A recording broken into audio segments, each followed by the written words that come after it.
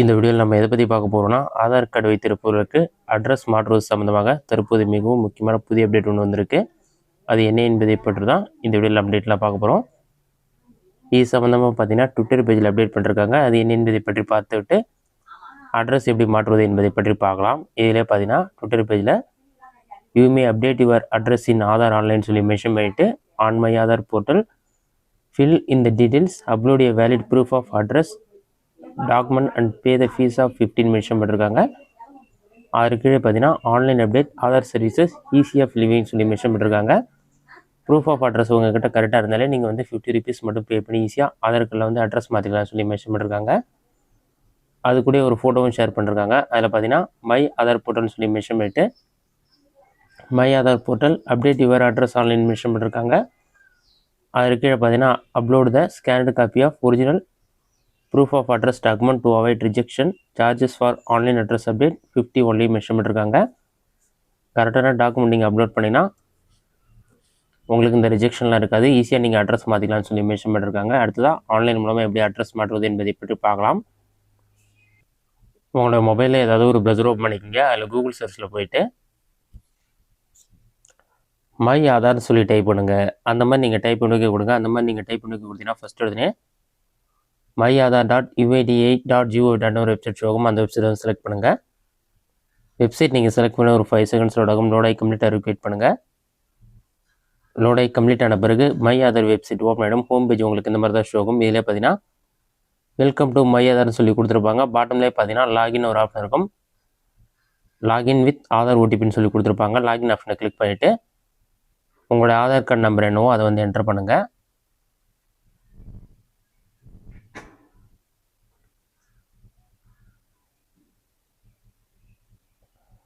Aadhaar card number enter பண்ணிவிட்டு captcha இருக்கும். Captcha கோடை பார்த்து கரெக்டாக டைப் பண்ணிவிட்டு லாகின் வித் ஓடிபி கொடுத்தீங்கன்னா ஒரு 5 seconds ஆகும். லோட் ஆகி கம்ப்ளீட் ஆன பிறகு உங்களுக்கான ஓடிபி வரும். ஓடிபி வர வரைக்கும் வெயிட் பண்ணுங்கள்.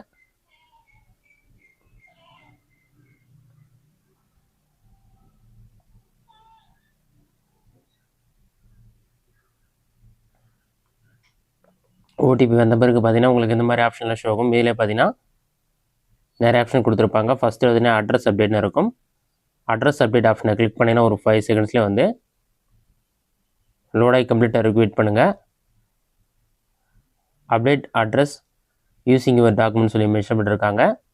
ஹெட் ஆஃப் ஃபேமிலி அப்டேட்னு ஒரு ஆப்ஷன் இருக்கும். நீங்கள் வந்து ஃபஸ்ட் ஆப்ஷன் யூஸ் பண்ணிங்க. இது டாக்குமெண்ட் பேஸ் பண்ணி அப்டேட் பண்ணுறது.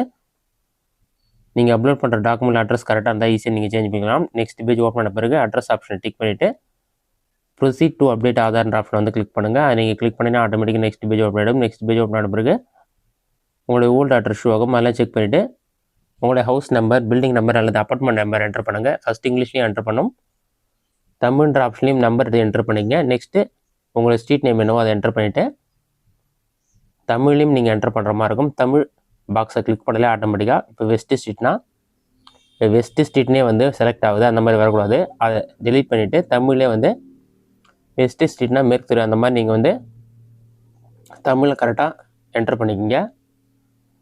அந்த மாதிரி உங்களோட ஏரியா நேம் எல்லா டீட்டெயில்ஸுமே கேட்டிருப்பாங்க.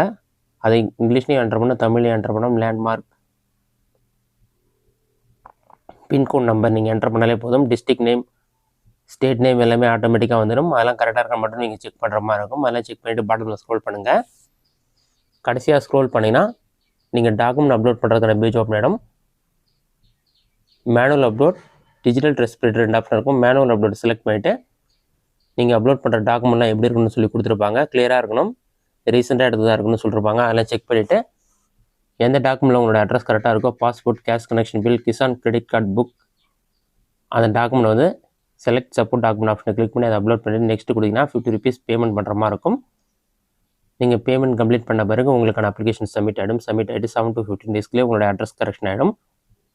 அதன் பிறகு வந்து உங்களுக்கான ஆதார் கார்டு போஸ்ட்டில் சென்ட் பண்ணுவாங்க. அப்படி இல்லைனா பிவிசி ஆதார் கார்டு 50 rupeesக்கு நீங்கள் ஆன்லைனில் ஆர்டர் பண்ணி பெற்றுக்கொள்ள முடியும். இந்த மெத்தடை பயன்படுத்தி ஈஸியாக ஆதார் கார்டில் அட்ரஸ் கரெக்ஷன் பண்ணிக்கலாம்.